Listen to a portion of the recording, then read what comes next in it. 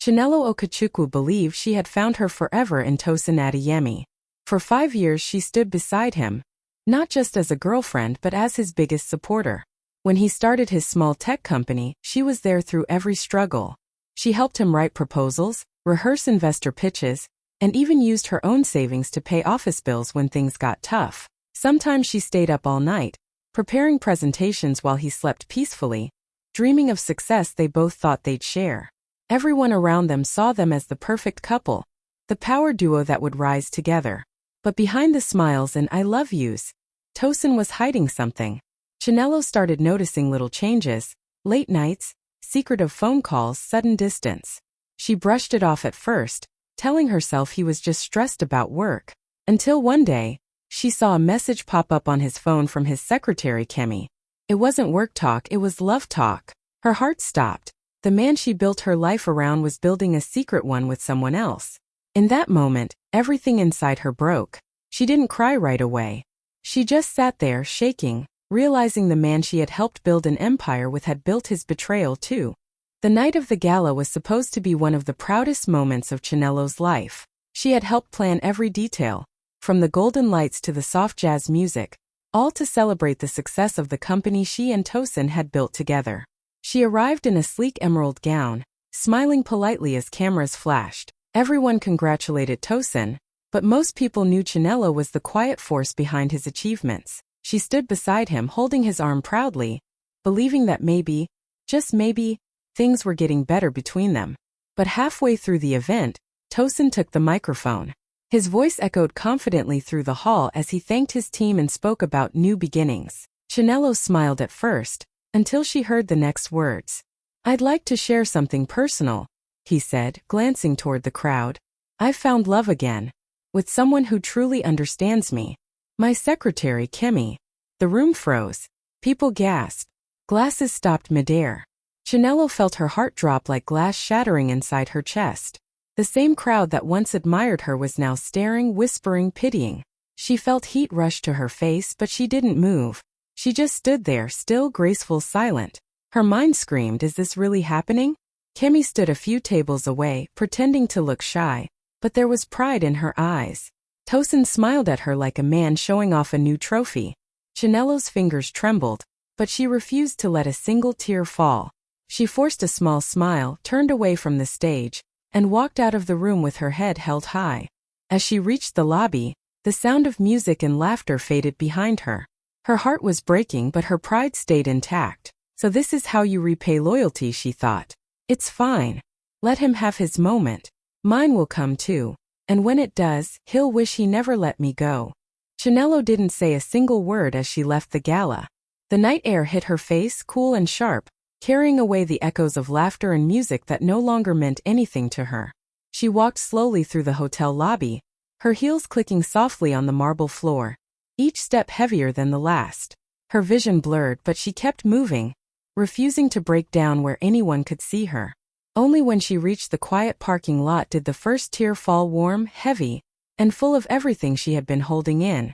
She sat inside her car, gripping the steering wheel tightly as memories flooded her mind. The late nights helping Tosin prepare presentations, the mornings they celebrated small wins with cheap champagne, the times he promised, "We're in this together." She had believed every word. And now all those memories felt like scenes from someone else's life. She looked at her reflection in the mirror. Her makeup was ruined, but her eyes still carried strength. She whispered to herself, "He may take me for granted today, but destiny has bigger plans for me." Saying it out loud gave her a strange kind of calm. It wasn't anger anymore, it was clarity. She realized that everything she had done for Tosin had actually prepared her for something greater. That night, she drove back to her small apartment, stripped off the gown, and sat quietly by the window. Lagos lights blinked in the distance. The city didn't care about broken hearts, but it always rewarded those who refused to stay down. She cried until her eyes felt empty, then took a deep breath and whispered again, "One day they'll all see." It wasn't a threat, it was a promise, the kind only destiny itself could keep. Chinelo refused to let that heartbreak destroy her. The next morning, she packed her bags, moved out of the house she once shared with Tosin, and rented a small one-bedroom apartment in Surulere. It wasn't fancy, the paint was fading, and the air conditioner barely worked, but it was hers. It was peaceful, quiet, and far away from the noise of gossip and pity. For the first time in years, she woke up alone but free. No one was depending on her. No one was using her. It was time to rebuild. Not her relationship, but herself. Every morning she made a cup of tea, opened her laptop and studied. She enrolled in online business courses, learned about corporate management, marketing, and financial strategy. She read late into the night, filling notebooks with plans and ideas. Sometimes she cried while studying, not because the work was hard, but because she finally saw how much of herself she had given away. "Never again," she whispered one night. "This time I build for me." She started attending small networking events around Lagos, the kind where dreamers gathered to exchange business cards and big ideas. People didn't recognize her as Tosin's ex. They saw her as Chinelo, smart, determined, quietly powerful. She spoke little but listened deeply, learning from every conversation. What no one knew was that she still had some savings tucked away, money she had once planned to invest in Tosin's company. Now she kept it hidden like a secret weapon. While others thought she was still recovering, she was preparing. She stopped posting on social media, stopped explaining herself to anyone. Every day she reminded herself, "You don't have to announce your comeback. Just make it so loud that the world can't ignore it." In that tiny apartment surrounded by notebooks, dreams, and faith, Chinelo began to rebuild her empire. Quietly, steadily, and with a fire no heartbreak could ever extinguish. Months passed and Chinelo's silence started to take shape. While everyone thought she had disappeared from the business world, she was quietly building something powerful behind closed doors. She registered her own company, Okechukwu Ventures, a consulting firm designed to help struggling businesses rise again. The name carried her father's legacy, but the vision was all hers. She didn't make any noise about it. There was no press release, no announcement. Just quiet work, long nights, and a burning determination to turn her pain into profit. She knew exactly what she was doing. After all, she had spent 5 years helping Tosin run his company. She knew every strategy that worked and every weakness he tried to hide. She had seen the cracks in his leadership, the mistakes in his decision-making, and the arrogance that made him lose focus. Now she used all that knowledge, not for revenge but for growth. What she once gave him freely, she was now using to build her own empire. At first she started small, 1 client, then 2. She offered affordable business advice to small firms struggling to survive in Lagos. Her approach was personal, practical, and honest. People began to talk about her, the woman who could turn failing businesses into success stories. Her reputation grew through whispers, referrals, and results. Within months, Okechukwu Ventures became the go-to consulting firm for companies that wanted real change. Chinelo kept everything low-key. She avoided interviews and social events, letting her work speak for her. Every time she signed a new contract, she felt a quiet satisfaction, not because of the money, but because she was doing it on her own terms. She didn't need Tosin's name or connections anymore. Sometimes, she'd look at her company logo on her office wall and smile softly. "You thought you built me," she'd whisper to herself, "but I was always the builder." What once broke her now fueled her. And though the world hadn't yet seen what, within a year, Chinelo's quiet work began to make a loud impact. Okechukwu Ventures started as a small idea in her tiny apartment, but now it was one of the fastest-growing consulting firms in Lagos. Her first clients told others about her honesty, her discipline, and her ability to turn sinking companies into success stories. Soon her phone never stopped ringing. People who once avoided her now begged for appointments. Those who used to whisper about her heartbreak now mentioned her name with respect and a little fear. Chinelo didn't chase clients, they came to her. She didn't post about her achievements online or brag about her wins. She believed in quiet success, the kind that didn't need noise. Her team grew. Her office moved from a small co-working space to a sleek building in Lekki, and her staff admired her calm leadership. She didn't shout or boast. She led with intelligence, empathy, and confidence. Sometimes, she would catch a glimpse of herself in the glass windows of her new office and smile. A year ago, she was crying in her car, heartbroken and lost. Now she was signing contracts with companies worth millions. She had rebuilt herself from the ground up, brick by brick, grace by grace. What amazed people most was how she carried herself. No bitterness. No loud revenge. Just results. She had learned that power doesn't always come from shouting. Sometimes, it's in the silence that follows hard work. One afternoon as she walked through her new office, bright, modern, and full of life, her assistant said softly, "Ma, one of Tosin's clients just requested a meeting with us." Chinelo paused for a moment, smiled, and replied, "Book it." That single word carried everything: calm, strength, and destiny. The woman once betrayed was now the woman everyone needed. The same world that watched her fall was now watching her rise. And this time there would be no going back. While Chinelo's company was rising, Tosin's empire was quietly crumbling. What once looked like a golden success story was now full of cracks. His new power couple image with Kemi started fading fast. Clients began to complain about poor management, missed deadlines, and unprofessional behavior. Tosin tried to stay confident in meetings, but deep down he knew things were falling apart, and the person standing beside him wasn't helping. Kemi, though ambitious, was far from experienced. She loved the spotlight more than the spreadsheets. She spent company money on luxury instead of strategy, designer bags, lavish events, and flashy marketing that brought no real growth. Soon a few loyal employees left. Then one by one big clients started pulling out. Rumors began to spread in Lagos business circles. Tosin's company isn't stable anymore. Chinelo watched it all quietly. She never smiled at their downfall, but she couldn't ignore the irony either. The same people who once looked down on her were now struggling to survive. She didn't gossip, didn't post, didn't gloat. She simply observed, calm, patient, strategic. She knew better than to rush revenge. Destiny had its own timing. At night, she sometimes scrolled through business news and saw Tosin's face, looking tired, stressed, and lost. It didn't bring her joy, but it reminded her how life always balances itself. She had built her success through discipline. He had built his on betrayal. One lasted, the other collapsed. Still she waited. She wanted her next move to be clean, powerful, and unforgettable, not emotional. And it came sooner than she thought.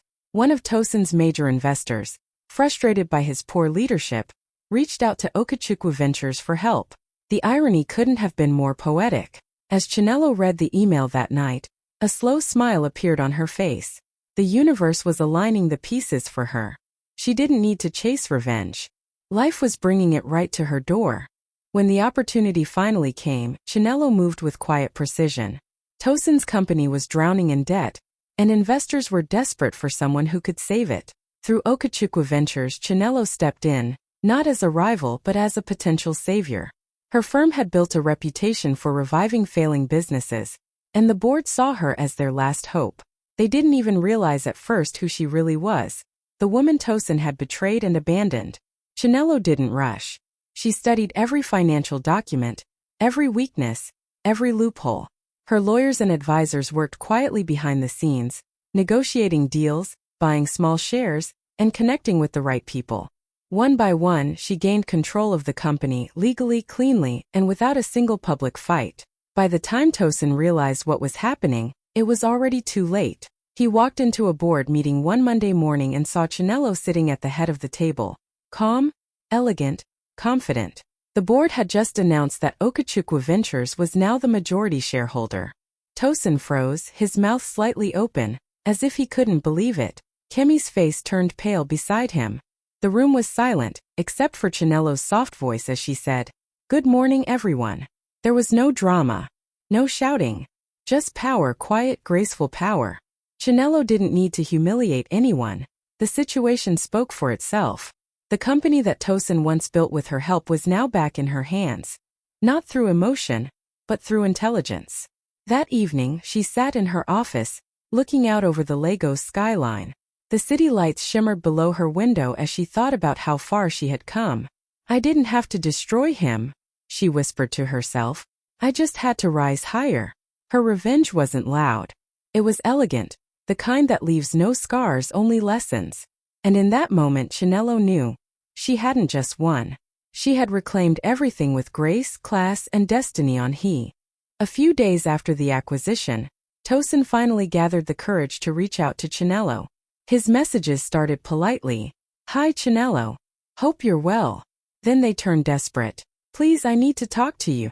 It's urgent." For hours she ignored them, staring at the screen in quiet disbelief. The same man who once announced her replacement in front of the whole world was now begging for her attention. Life had truly come full circle. Eventually, she agreed to meet him, not out of pity but for closure. When Tosin walked into her new office, he froze. Everything about it screamed success. The sleek furniture, the soft scent of confidence in the air, the logo of Okechukwu Ventures glowing proudly behind her. Chinelo sat at her desk, dressed in a simple white suit, calm and composed, her expression unreadable. Tosin looked smaller than she remembered. Tired eyes, wrinkled shirt, and a shaky smile that didn't reach his face. "Chinelo, please," he started, his voice trembling. "I made a mistake. I shouldn't have left you. I need your help to save the company." She leaned back, watching him quietly. For a long moment she said nothing. Then in a calm voice she replied, "Tosin, you made your choices. You didn't just leave me, you underestimated me. This isn't about revenge. It's about justice." He blinked, confused. "Justice?" "Yes," she said softly. "Because the same company I helped you build is now under the control of the woman you threw away. Life doesn't always punish with pain, Tosin. Sometimes it just gives power to the right person." His face turned pale as the truth sank in. He finally understood the scale of her influence. She wasn't just doing well. She owned everything he thought he'd never lose. When Tosin left her office that day, he didn't say another word. Chinelo watched him go, her heart calm. She didn't hate him anymore. She had simply outgrown him. What he took for weakness had become her greatest strength, and for the first. Started with one tweet. A journalist posted, "Breaking. Okechukwu Ventures acquires controlling stake in Adeyemi Tech." The new CEO, Chinelo Okechukwu, was once the girlfriend who helped build the company before being replaced by his secretary. Within minutes, the internet exploded. Screenshots spread like wildfire across WhatsApp, X, Twitter, and Instagram. People couldn't believe it. The same woman who was publicly humiliated at a gala a year ago had now become the boss of the man who betrayed her. Comments poured in non-stop. "This is not revenge, this is destiny," one person wrote. "The woman who turned heartbreak into power," another added. Hashtags like hashtag the woman who rose, hashtag silent power, and hashtag Chinelo the boss began trending across Nigeria and beyond. Influencers, bloggers, and even TV hosts couldn't stop talking about her. Everyone admired how she didn't fight dirty, didn't post shade online, didn't brag. She just worked hard until her success spoke louder than any scandal ever could. Old clips of the gala resurfaced online. People now called it the night he lost everything. Some users compared pictures of Chinelo's calm face at that event with her new photos as CEO, writing captions like, "The same woman, different energy." Every image of her, walking into board meetings, smiling during interviews, or standing confidently in her office, went viral. Even those who didn't know her story felt inspired. Women everywhere shared her photos with emotional captions. "If Chinelo can rise after betrayal, so can I." Business magazines requested interviews, brands offered partnerships, and companies sent congratulatory messages. Chinelo didn't post a single word about it. She just continued working, quietly signing new contracts while the world celebrated her rise. Still, one evening, she allowed herself a small smile as she scrolled through the endless posts. Not out of pride but gratitude. The same pain that once broke her had now turned her into a global SYMB. A week after the news went viral, Tosin showed up at Chinelo's office unannounced. He looked nothing like the confident man she once knew. His suit was wrinkled, his eyes swollen, and his voice shaky. The receptionist tried to stop him, but he kept saying, "Please, I just need to see her." When Chinelo heard his name, she paused for a moment, then told her assistant, "Let him in." He walked into her office slowly, looking around at the space that once could have been his if he hadn't thrown it all away. The large windows, the glowing company logo, the calm atmosphere. Everything screamed success and peace. Chinelo sat behind her desk, dressed in a soft beige gown, her posture straight and confident. Tosin's voice cracked as he said, "Chinelo, please, I don't know what to do anymore. The company is collapsing. Everyone's leaving me. I need your help." She looked at him quietly, arms crossed, her face calm and unreadable. For a few seconds she said nothing. Then in a steady voice she replied, "You made your choice, Tosin. You should have valued loyalty when you had it." He swallowed hard, his lips trembling. "I was stupid," he whispered, tears filling his eyes. I didn't know what I had. Chinelo sighed softly. You didn't just lose me, she said. You lost everything that came with me. Peace, loyalty, and purpose. I built with you and you threw it away for pride. Tosin tried to speak again, but his voice broke. Tears rolled down his cheeks as he covered his face with his hands. In that moment, the same humiliation Chinelo once felt in front of hundreds now stood before her. Quiet, raw, and real. She didn't smile. She didn't gloat. She simply stood up, walked to the door, and said, Take care of yourself, Tosin. As he left, the whole office could hear his quiet sobs fading down the hallway. Public humiliation had come full circle, but this time Chinelo didn't need an audience. Her silence said it all. After Tosin's downfall, Kimmy tried her best to hold on to the little power she had left in the company. She walked around the office pretending to still be in charge, giving orders no one respected anymore. She wore her expensive dresses and spoke loudly in meetings, trying to look confident, but the truth was clear. No one was listening to her.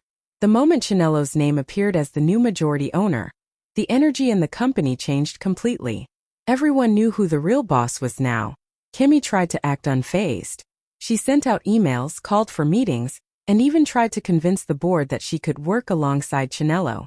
But Chinelo didn't need to argue or embarrass her. She simply led with quiet power. Every decision she made fixed problems Kimmy couldn't handle. Every strategy she introduced brought in new clients and profits. The employees who once followed Kimmy out of fear now admired Chinelo out of respect. Slowly, Kimmy began to realize she was invisible. Her access was reduced, her opinions ignored, her authority gone.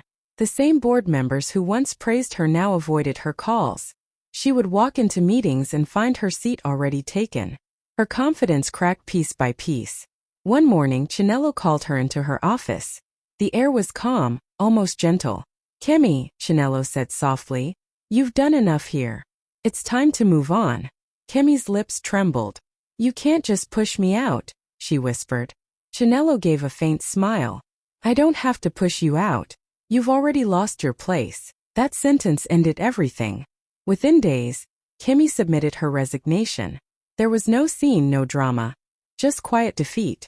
As she packed her things, she caught a glimpse of Chinelo walking through the hallway, confident and graceful. In that moment, Kimmy understood the truth. She had tried to replace a woman who was never replaceable.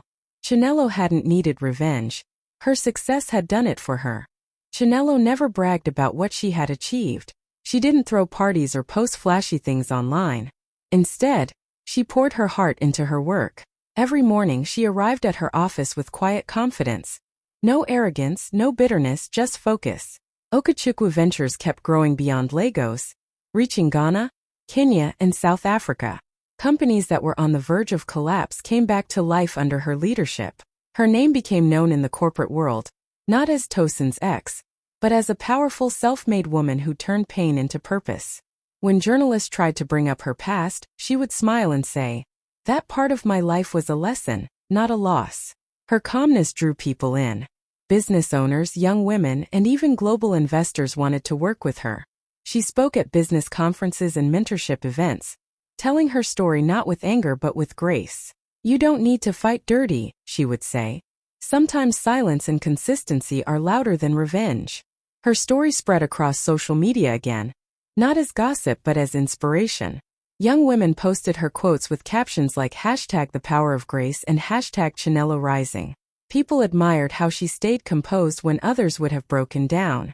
She became a symbol of strength, the kind that doesn't scream but shines. Chinelo built scholarships for young girls who wanted to study business and started a foundation for women in entrepreneurship. Every success she achieved felt like a quiet answer to every moment she had been underestimated. One evening, as she stood on the balcony of her penthouse overlooking the Lagos skyline, the city lights reflected in her eyes. She thought about how far she'd come, from crying outside a gala to owning companies across Africa. A soft smile formed on her lips. She didn't need validation anymore. She had become something far greater than successful. She had become unshakable. Soon, Chinelo's story became the talk of the entire country. News channels, magazines, and online blogs couldn't stop talking about her journey. Headlines flooded the internet. From heartbreak to CEO, the woman who took back everything. People were amazed by how she had turned betrayal into a stepping stone for greatness. Every detail of her transformation, from the woman who walked out of that gala in tears to the powerful CEO she had become, inspired millions. Social media exploded with support. Hashtags like #RiseLikeChinelo and #SilentPower trended for weeks. Women from all walks of life shared their own stories under her posts. Stories of heartbreak, struggle, and silent strength. Some said she gave them the courage to leave toxic relationships. Others said she reminded them to believe in themselves again. Men, too, respected her calm intelligence and admired how she handled everything without revenge or drama. Influencers and TV hosts invited her for interviews. On one show, when asked how she managed to stay graceful through the pain, Chinelo simply smiled and said, "I didn't want to prove anyone wrong. I just wanted to prove myself right." That single line went viral across platforms. It became a quote people repeated whenever they felt betrayed or overlooked. Her face appeared on the cover of major business magazines. Elegant, strong, and confident. She was praised not just for her business success but for her dignity. The same people who once whispered about her breakup now spoke her name with admiration and pride. Even young girls in schools started writing essays about her as a role model. Teachers spoke of her as a living example of resilience. Chinelo never let the fame get to her head.